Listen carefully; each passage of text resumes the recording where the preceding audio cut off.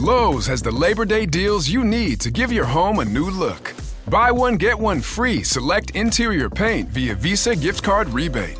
Then, add the final touch with 2 for $8 on select 2.5 or 3-quart mums. Refresh your home and save big while doing it.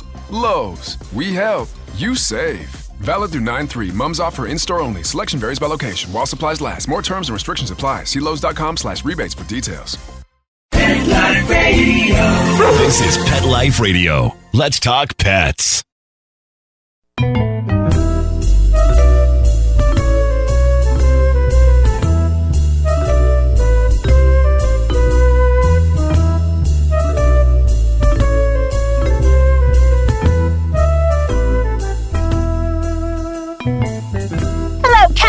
Welcome to Cattitude. I'm your show host, Michelle Fern. So, if you love to read and you have kids, this is the best show for you. If you love to read and have cats, this is a great show for you.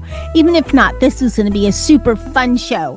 So, stay tuned. I can't wait to introduce our guest today, and we'll be right back. You know the expression, cats have 9 lives. Well, what if you can give them one more? The Give Them 10 movement is on a mission to help give cats an extra life. How? With spay and neuter. Spaying or neutering your cat helps them live a longer, healthier life. And it helps control free-roaming cat populations too.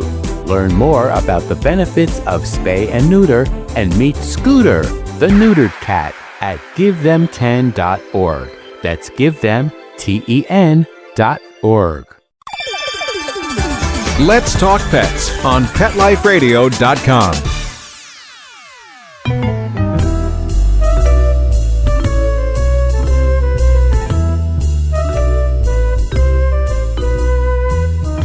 Welcome back, everyone. I'd like to welcome Thom Zahler. He is a comic artist and writer. Welcome, Thom. Hello. Thanks for having me. I'm thrilled to have you. So let's share with our listeners your background and maybe give them some graphics through the airwaves, if possible. Well, I've been drawing all of my life. I can't remember ever not wanting to be a comic book artist. And I went to an art school in New Jersey called the Joe Kubert School, which is one of the few schools in the country that teach cartooning, which is why I moved there. I graduated after 3 years. I did caricatures. I worked at an ad agency, but along the way, I was always doing comics. And about 20 years ago, I finally went off completely on my own. I haven't looked back, even during some scary stuff during the pandemic. But I've been running my own company out of my house for the last 20 years, drawing comics. I write and draw for the My Little Pony comic book on occasion. I've done comics for Webtoon, a lot of romantic comedies, Warning Label, Cupid's Arrows. I have a superhero romantic comedy called Love and Capes. And then my latest one is for John Carpenter's comic company, the guy who wrote and directed The Thing and Halloween and Starman and all sorts of stuff. And it's the Ghost Whiskerers, about a boy and his 2 cats who see ghosts. Yep. And that's why you're on Cattitude today, because we're going to talk all about it. Thanks for sharing all of that. I really liked your book. There's a lot of underlying threads through the book. It's not just a comic book about a boy and his cats. Yeah. I mean, there's a lot there. It's not a heavy book, but it's really interesting. So before we get into the details of the book, how did the ideas come to you? I'm an avid reader. I've been reading since I could read. Tons of books. My library card is my favorite card.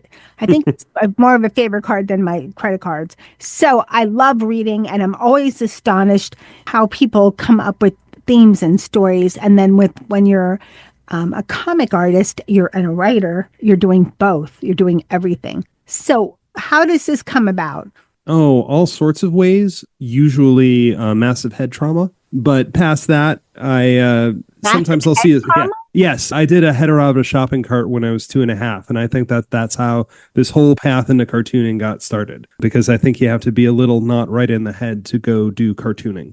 But yeah, sometimes I will take a story and I'll see something that pushes me in a different direction. Like I'll see a story and say, what if it were done this way? What if it were done a different way? The Ghost Whiskerers, Sandy King, John's wife, was looking for a young reader's comic. And I was pitching her a bunch of different stuff. When she told me specifically what she wanted, I really thought about it. I have 2 cats. I have a nephew, and I put all those things together. And I was very much trying to do a young reader's book.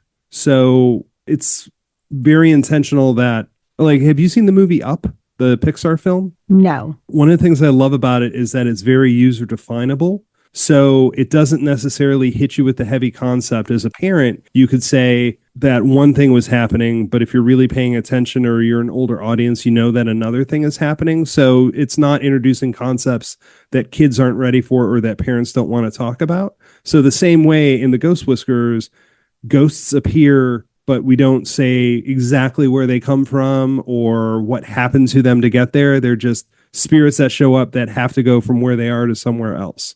So it's very much designed to be like just scary enough, but not too scary, because it's very intentionally done for young readers. Okay. Interesting.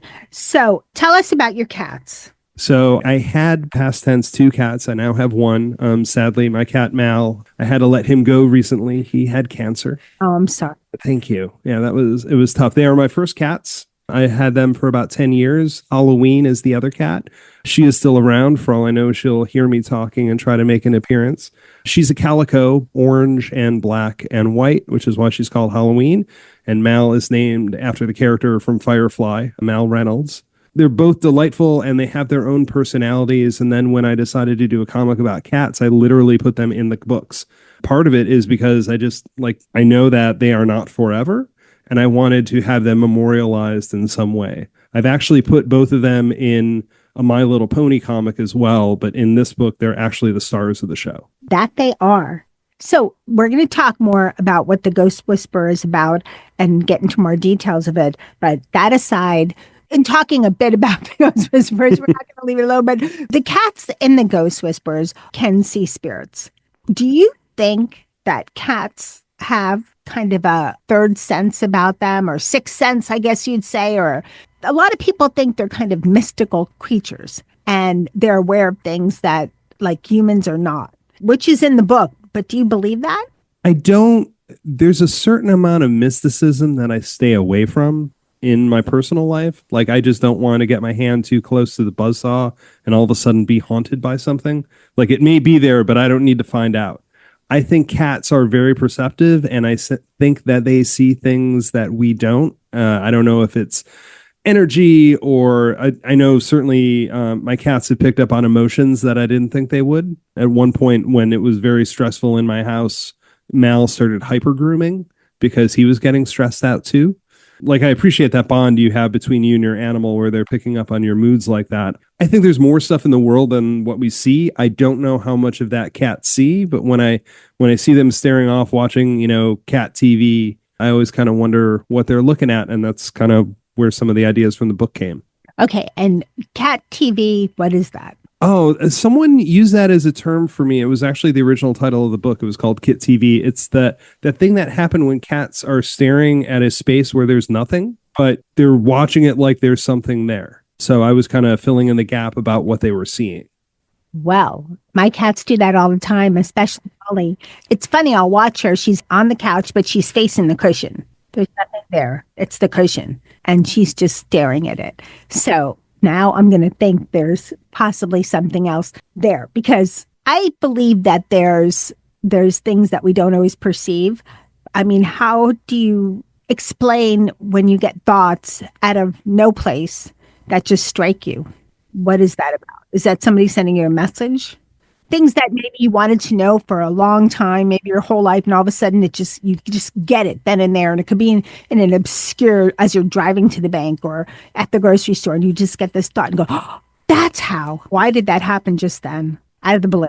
I don't know. I mean, there's a lot of stuff that happens, like, I think it bubbles underneath the surface, but I think there's also a lot of common stimuli that we all have. And I think I don't know if it's completely a collective unconsciousness, but I think that people are more connected than we know. I don't know. It's one of those things where you can see the tips of the waves sometimes, but you don't know all the mechanics of what's going on underneath the water.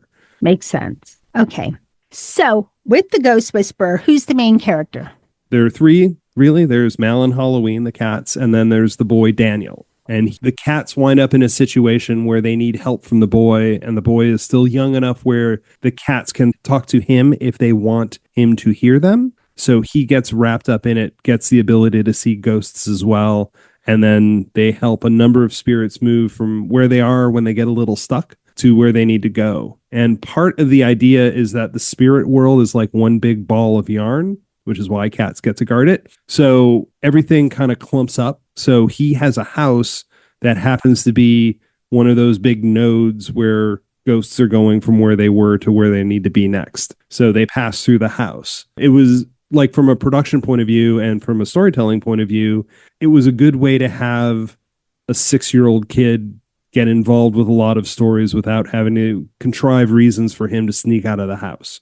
The biggest conceit in the book is that his parents sleep really well because he gets into a lot of adventures at night that they don't hear. But I wanted to have reasons for lots of ghosts to come to this particular house. So his family moves there from Boston. It takes place in Tacoma, Seattle area. And their house that they're in happens to be one of these nodes, and the cats take over because that's what cats do. It becomes their thing to police, and then they get into the situation where all of a sudden they need to bring Daniel in as well. Okay, we're going to take a short break, and we're going to talk about a few other topics that are, I think, really pertinent to children. We'll be right back. Has your dog or cat chewed through yet another set of sheets? I get it. I've been there. But instead of replacing them with more scratchy, low-quality bedding, why not treat yourself to what Oprah and Kris Jenner sleep on every night? It's called Cozy Earth. And yes, it's as dreamy as it sounds. Their bamboo sheets and pajamas are buttery soft, cooling, moisture-wicking, and they actually get softer every time you wash them. I'm talking next-level snuggle mode here, folks. These sheets have been on Oprah's favorite things list 7 years in a row, and there's a reason why. Cozy Earth gives you the softest, coolest sleep of your life. And just for Pet Life Radio listeners, I scored you an exclusive 41% off. That's the biggest discount they offer anywhere. Just use promo code PetLifeRadio at CozyEarth.com and sleep like the celebrity your pet already thinks you are. That's CozyEarth.com, promo code PetLifeRadio. You'll thank me at bedtime. You just realized your business needed to hire someone yesterday. How can you find amazing candidates fast? Easy. Just use Indeed. Stop struggling to get your job post seen on other job sites. With Indeed sponsored jobs, your post jumps to the top of the page for your relevant candidates, so you can reach the people you want faster. According to Indeed data, sponsored jobs posted directly on Indeed have 45% more applications than non-sponsored jobs. Don't wait any longer. Speed up your hiring right now with Indeed. And listeners of this show will get a $75 sponsored job credit to get your jobs more visibility at Indeed.com/kidsandfamily. Just go to Indeed.com/kidsandfamily right now and support our show by saying you heard about Indeed on this podcast. Terms and conditions apply. Hiring? Indeed is all you need. With Robinhood, not only can you trade individual stocks and ETFs, you can also seamlessly buy and sell crypto at low costs. Trade all in one place. Get started now on Robinhood. Trading crypto involves significant risk. Crypto trading is offered through an account with Robinhood Crypto LLC. Robinhood Crypto is licensed to engage in virtual currency business activity by the New York State Department of Financial Services. Crypto held through Robinhood Crypto is not FDIC insured or SIPC protected. Investing involves risk, including loss of principal. Securities trading is offered through an account with Robinhood Financial LLC, member SIPC, a registered broker-dealer. Let's talk pets. Let's talk pets On Pet Life Radio. Pet Life Radio. PetLifeRadio.com.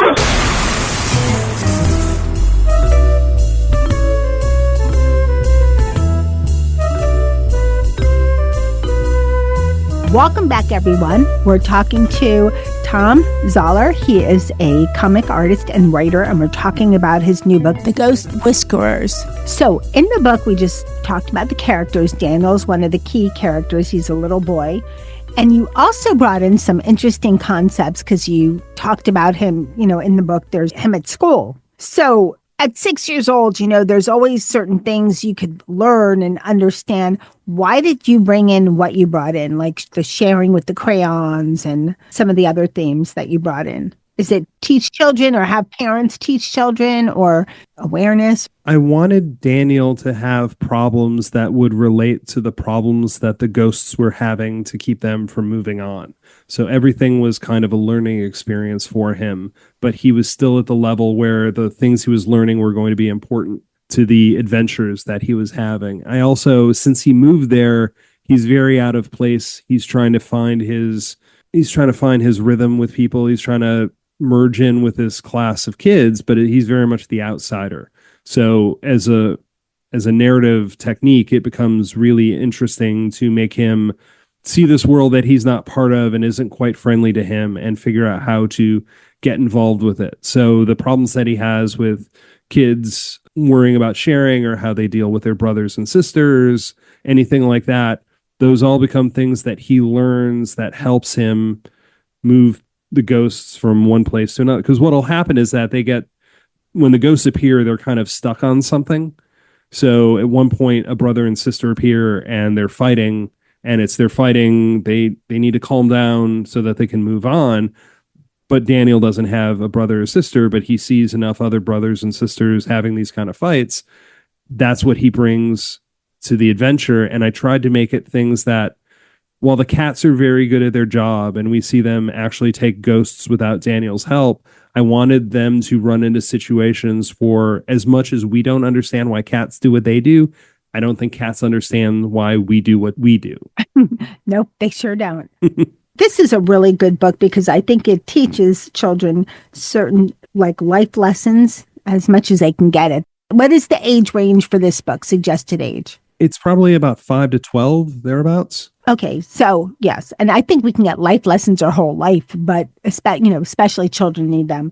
You bring in something at the very end. You bring in adoption, which kind of heavy in a sense, but in this day and age, and we're in mid 2025. There's all kinds of families, so I love that you brought it in. Why did you decide to bring in adoption at the end? Oh, thank you. My nephew is adopted, and I wanted to tell a story for him as much as for anyone else. So I took that and how I felt about him and all the things I wanted him to know, and I wanted to put that in the story. So, while the story's for everyone, I very much wrote it for my nephew. I love when it's personal like that. I have a nephew that's adopted too. Mm-hmm. It's a very sweet ending without being sugary sweet. And I like that you brought in that concept and everything you did. Now, we're speaking to all listeners here. We all love cats. A lot of us have kids or some young people in our lives. What makes your book different that they should buy it? I think that it has an awful lot of heart because the story is so personal, with it being my cats and essentially my nephew. And on top of that, I'm going to brag just a little bit because I worked on the My Little Pony comics. My Little Pony had a lot of lessons, but they were never cloying lessons. And I took from that as well that you learn stuff, but it's not that moment in 80s cartoons where people would sit down and say, well, what did we learn today, kids? It's very much, they're more natural. I think they're a little more nuanced. They're just a hair more realistic and crunchy and the kind of thing that you can really relate to without feeling like you're being preached at. Yeah, well said. Very well said. What do you hope parents or the adults in a child's life, or say I were to give the book to my niece or nephew, grandson, granddaughter's too little, but give the book to them. What do you want parents to see as important in the book? Oh, I want them, first of all, to have shared experiences with their kid.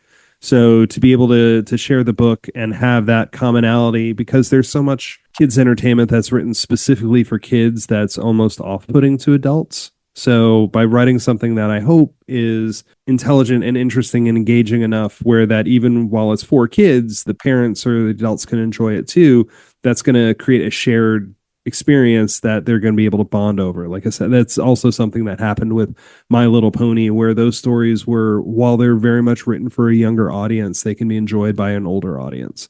So I wanted to bring that, and hopefully it deals with enough kind of problems and issues like the small ones kids have about fitting in with a new group, that it gives them something that they can talk to each other about. And yeah, I just want to facilitate that kind of... There's someone I heard that said that it's not just about quality time, with kids. It's about quantity time because you only get the quality moments when you spend enough moments with them to have that. You can't manufacture like, I will now have quality time with you. It's more, you need to be there a lot and then magic stuff happens. And I want to have things that help bring those moments about. Oh, I love that.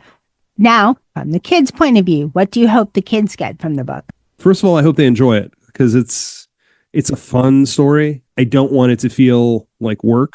And I tried very hard to make sure that the kids are written like kids. Like they should be able to see themselves and some things that they're going through in the kids in the story. So they're not like miniature adults. They're having kid length problems. You know, they lose a book. It's always fitting in with new people or making a new friend, any of that stuff where I hope they see themselves reflected in it. And I hope it gives them a little more experience, like it broadens their thought. So like if you've never met someone who's adopted, it gives you enough to go on to know how loved those adoptees are and like some of the complications that come with either being adopted or what it took to be adopted or anything like that, where I want to give them a little more of a window into what the world is like in a friendly way to see how vast and textured and awesome it is. Okay. And even though you bring in adoption, you have several other ghosts that we didn't even mention besides sister. And we're not going to go through all of them, but you also bring in a dog ghost. Yes.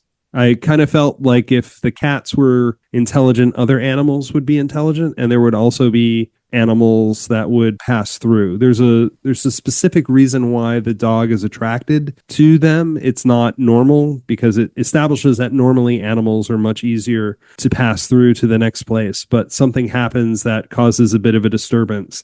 And it also, one, it allows for a lot of humor. That particular chapter, I think, is one of the funniest. And it just kind of opens your mind to the way that the dogs are written very different than the cats. And I liked playing with that difference between those two different characters. Okay.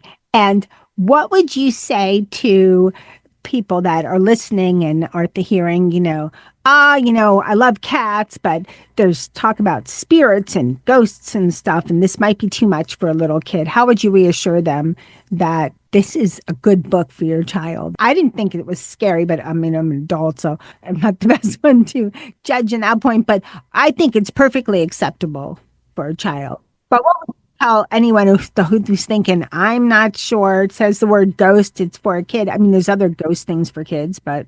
Mm-hmm. Yeah, it's designed to be more magical than frightening or scary.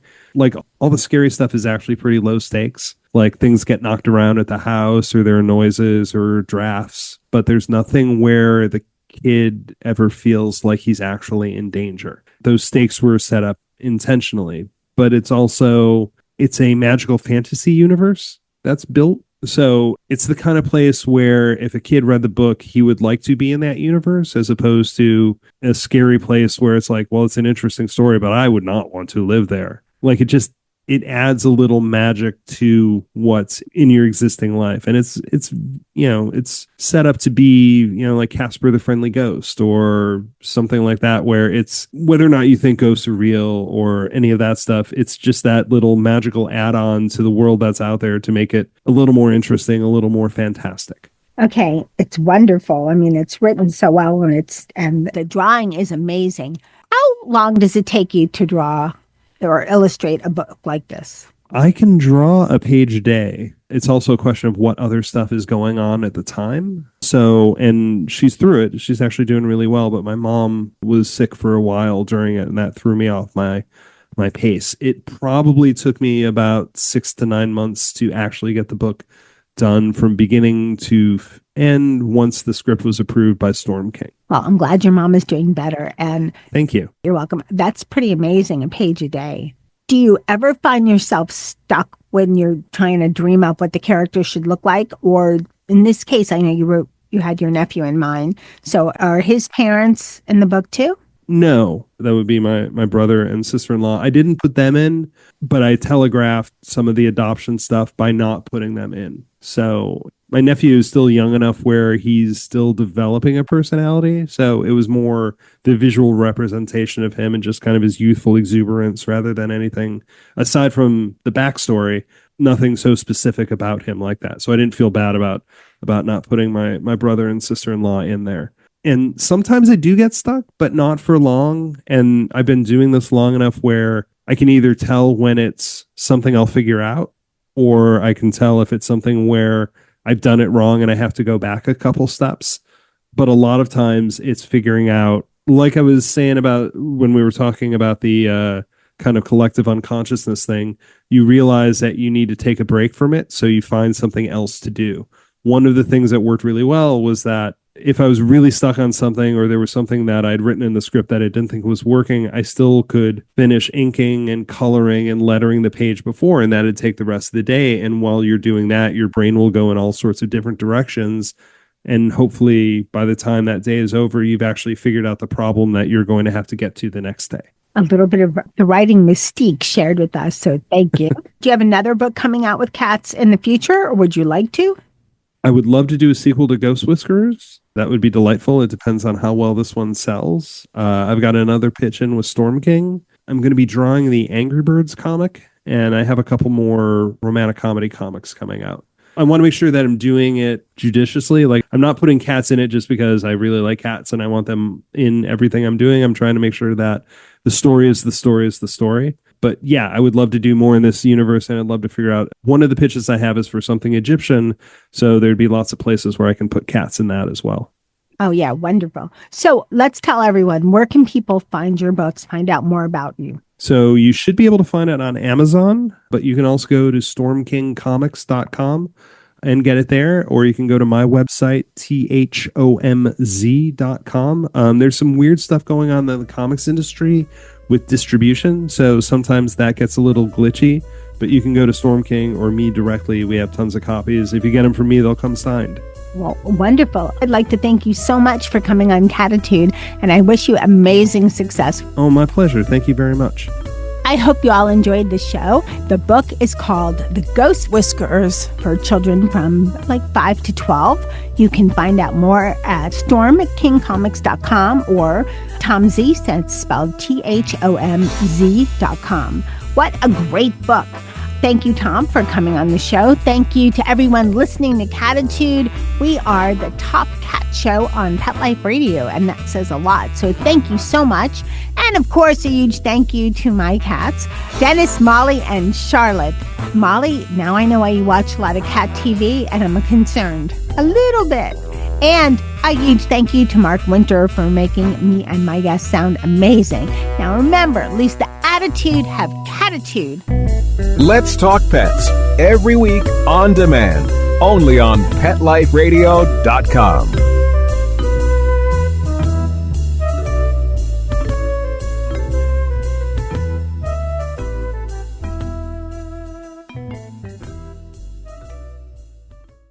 You just realized your business needed to hire someone yesterday. How can you find amazing candidates fast? Easy. Just use Indeed. Stop struggling to get your job post seen on other job sites.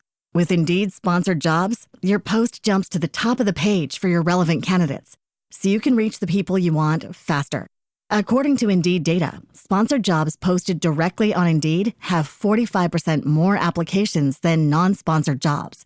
Don't wait any longer. Speed up your hiring right now with Indeed.